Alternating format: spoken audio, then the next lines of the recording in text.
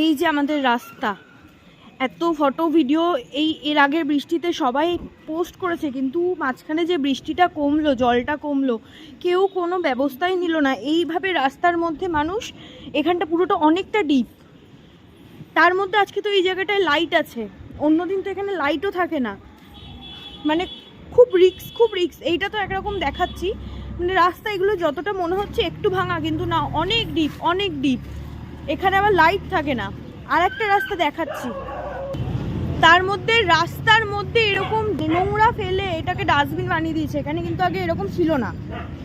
কিভাবে আসছে এর মধ্যে বাস, টোটো, অটো, গাড়ি, মানে খুব বাজে এখানটা।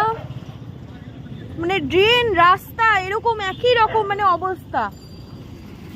এই যে চকচক করছে যে জলটা, এখানটা আমি হেঁটে দেখাবো, মধ্যে আলো, একটু আলো নেই। একটা টোটো গেলে আর যে হেঁটে যাবে মানুষ, তার রাস্তাটা মানে কোনো আলো নেই। টোটোটা যাচ্ছে দেখবে কেমন, দুই সাইডে ড্রেন, ড্রেনও ভরে গেছে।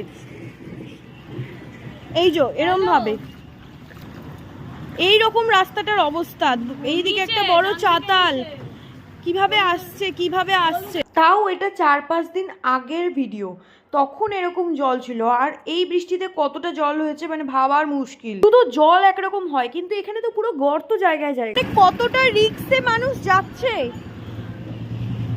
কি অবস্থা এখানে দেখুন। ড্রেন, রাস্তা সব মানে বাজে বাজে। এই যে এখানটা যে দাঁড়িয়ে আছে, এটা কিন্তু ড্রেন। অ্যাকচুয়ালি ড্রেনটাকে এক জায়গায় ভরেছে। এবার মানুষ তো ভাববে যে এই রাস্তার সমান আরো রাস্তা আছে, কিন্তু একটু এগোলেই এটা ড্রেন। ঠিক এরকম বিধানচন্দ্র কলেজে ভর্তি হওয়ার সময় আমার সাথে মানে টোটোতে বা কোনো জায়গায় এই যে। আর 10 দিন পর পুজো, মনে হবে রাস্তার এইরকম অবস্থা, কেউ কোনো ব্যবস্থা নেয় না।